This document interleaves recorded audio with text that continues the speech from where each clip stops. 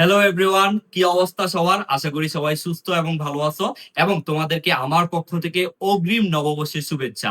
পড়াশোনা তো অনেক হলো, আগামীকাল তোমাদের কার কি প্ল্যান সেটা কমেন্ট বক্সে জানাতে ভুলবে না।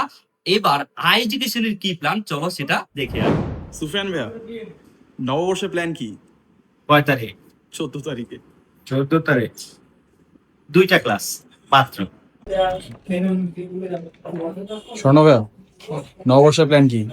নববর্ষের আসলে তেমন কোনো প্ল্যান নাই, কারণ সামনে এইচএসসি পরীক্ষা।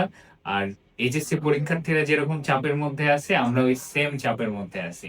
কিভাবে ওরা যেন এইচএসসি পরীক্ষায় একটা ভালো রেজাল্ট আনতে পারে, সেটার জন্য টেস্ট পেপার সলভের একটা ক্লাস নিব, তাদের সাথে একটু আড্ডা দিব, এটাই। ফাদ ভাইয়া, নববর্ষের প্ল্যান কি?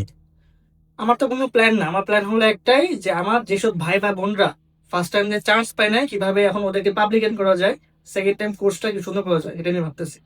ফাদ ভাইয়া, নববর্ষের প্ল্যান কি? 26 ব্যাচের 21 এপ্রিল থেকে পরীক্ষা শুরু হচ্ছে, সো ওদের ভরপুর ম্যারাথন ক্লাস নিব।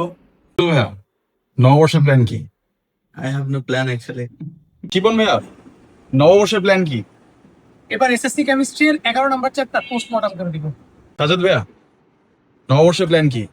আমাদের জাহাঙ্গীরনগরে সুন্দর নববর্ষ হয়, সেখানে সারাদিন থাকার প্ল্যান। তোমাদের সবাইকে আমন্ত্রণ, জাহাঙ্গীরনগর আইসো। ওগো, 14 তারিখ কিন্তু হলুদ শাড়িটা পরে আসবা।